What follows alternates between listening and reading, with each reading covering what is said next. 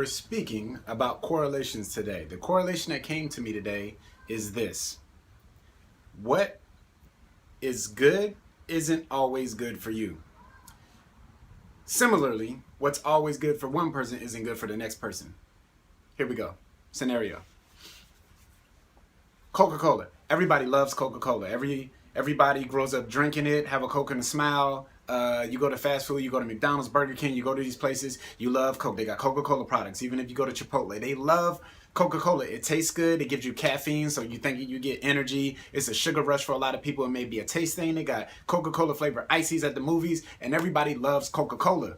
Top layer.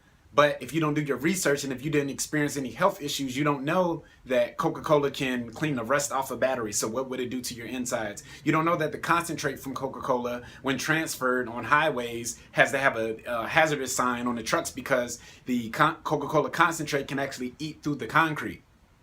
So on the top layer, okay, because this layers to this, on the top layer, Coca-Cola is wonderful to people. It's good to people. They grow up drinking it. They love it. Similarly, here goes a correlation. Every time you do something to better yourself or something that feels good isn't always the best thing for you. Like, let's say, personal development or following some type of motivational speaker. A lot of these speakers that you're listening to, all of it isn't always intentionally for you. It's for themselves. So the intent behind these speakers is what I'm speaking of, because helping somebody scientifically, naturally, holistically helps you as well. It boosts your serotonin levels when you help somebody. So me helping somebody, I get joy out of it. So I'm inevitably helping myself when you help somebody. So, and everybody loves helping people. If somebody asks you for directions, you're going to love giving it to them. You love helping somebody out. Somebody's shoe is untied, you can say your shoe is untied, not unless you're just, a butthole or something. I don't know. But people generally love helping people. So if you're listening to some type of motivational speaker or inspirational person or a personal development coach, or if you're doing things that take your life to the next level, experience a lot of things, be around a lot, find your niche, because when you go to the generic motivational speaker, personal development coach, it may be good for the masses or it may be good for this person or that person, but it might not necessarily be good for you.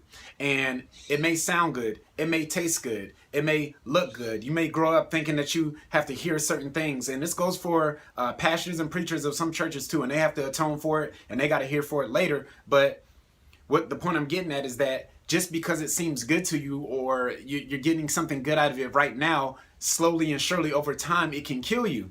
Just like Coca-Cola. Coca-Cola tastes great. Coca-Cola feels good. It's advertisements subliminally. You're seeing this thing everywhere. No matter where you go, if it's fast food, it's a restaurant, they got Coca-Cola products and it's in your face and you think that's what you're supposed to do, and it tastes wonderful. It can be the same thing when it comes to a personal development coach. Whatever they're saying, whatever they're doing, however people are following them, everything seems great, but slowly but surely over time, it can eat you up slowly inside. I know people, they personally spent thousands of dollars following some kind of person, some kind of false prophet, whatever the case may be, and it winds up that person's intent was to help themselves, not to help other people. And Cyrah's intent, people hit me up, Cyrah, what should I do? I got this going on. What's happening? What's going on? What's your experience? What's your take on this? And it's my intent to help people because I know helping people is helping myself anyway. That's by default. So I get joy out of doing that. My intent is always to help somebody else, but we're not really talking about me. We're talking about people who follow a person or listen to somebody and it sounds good and it tastes good and it feels good and it's really good to them in the moment. But over time, what is that doing for you? What is it doing for you in the long run? Everybody knows Puff Daddy, whether you like him or hate him, he's a mogul in his industry. And this can pertain to anybody doing anything. But he said, I'm a marathon runner. I'm not a sprinter. So if you're doing something that feels good right now, start thinking about the long run, because you may have something that you're following, some kind of daily method of operation that you're doing right now, but in years to come, what is that going to be doing? A lot of people tell me, oh, Cyrah, you know what? I'm doing what I got to do to survive. Like, I don't necessarily want to work this job. I don't want to be around these types of people, but I'm doing what I got to do to survive. I'm doing it for my kids. Look, if you keep that up, think about how time passes fast. I mean, 5 years ago was quick. 2 years ago was quick. 10 years ago was quick. So if you keep saying I'm doing this to survive, how long are you going to be doing that for? Like, are you a survivor? Are you on that TV show? Can I turn on Survivor and watch you? Were you in a Beyonce or the Destiny's Child video? Like, are you really a survivor? And that's what you do your whole life. You're surviving. That's how you live. You got to start thinking about stuff like that.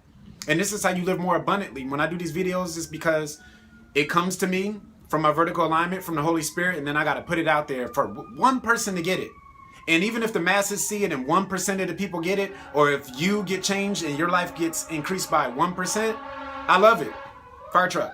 So go listen to 99 other people or speakers or things or books, and then maybe you'll get your other 99% and your life can be increased by 100%. Your life can be increased tenfold. That means 1,000% better. Your life can be 1,000% better than it is right now. I know because I've personally done it.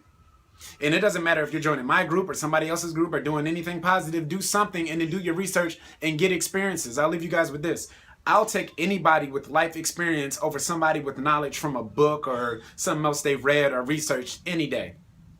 If I want to go to the Mediterranean, I'm not going to call my granddad just because he's 80 years old and say, Granddad, how is it in the Mediterranean? Because he's had life experiences, right? But he may have read it in a book or know some knowledge. But I'd rather know somebody who lives there, you know, some kind of local person, or I'd rather talk to somebody who's been there. When you go on vacation, you'd rather talk to somebody who's been there and experienced it than read it in a book. I mean, reading a book is fine because that's a collection of experiences maybe, but it's in the book. But physically, people usually and typically feel better when it's somebody with experience. When somebody is going to hire you for a job, they usually look for people with work experience. That's one of the first things they look for. They don't care about your degree. There's so many people that graduate, have degrees in psychology or something like that, kinesiology, then they go work at Macy's at the mall. I'm not knocking those people. I'm just saying most people are not using their degrees because they don't have that experience. People go on internships to get that experience. So whatever you're experiencing in life, whatever you're doing, do your due diligence, do your research, do your experience, and don't generically follow somebody or do something because that's the fad or that's the norm or that's what's going on. Do it because in the long run, it will make you better. Some people out there are false prophets. Some people that you are listening to, some people that you are following is for themselves. It's not for you. And it takes a while for you to realize it and notice it, but don't do it just because somebody else is doing it. And it's a lot of people in the spiritual world, in the world of religion, that are doing that. And it's a shame. And I look at their videos and I just, SMH. So think about it. If you were in their shoes, is this guy or this lady helping myself? Are they helping themselves or are they helping me? Like if I were them, it's like, am I helping myself or am I helping them? Helping other people is helping you anyway. I hope you guys get the correlation. Coca-Cola can kill you slowly but surely. So can following the wrong group of people. And they can appear positive, and then if you go underneath it and peel back those layers, you're like, man, this is really bad for me. I know in high school, when I was 14, 15, 16 years old, I had a Fruitopia every day for lunch. Anybody who went to high school with me, you'll know we spent $1 at lunch every day and got a Fruitopia with all that sugar, all those dyes, yellow 6, red 40, all this bad stuff with us. But it tasted good. It seemed good. We wasn't really worried about it because we was teenagers with that fast metabolism. And it was things that was killing us off slowly but surely. But we really wasn't worried about it because we was only looking at the top layer. This seems cool. It's cool to come in and spend $1 at lunch and get a Fruitopia and drink it, and you can kind of mingle, whatever the case may be, whatever teenagers talk about nowadays. It seems good at the time. So similarly, if you're a person that's grown, or if you're coming into being a grown-up, or if you're a teenager and you're just excelling at life right now, you may be doing things and maybe experiencing things that may seem good on the top layer, but I'm imploring you to start peeling those layers back and look at level 2 and level 3 and level 4 and so on and so forth down and say, is this really good for me in the long run? Because you want to be a marathon runner, not a sprinter. So this is Cyrah. Cyrah loves you. Peace.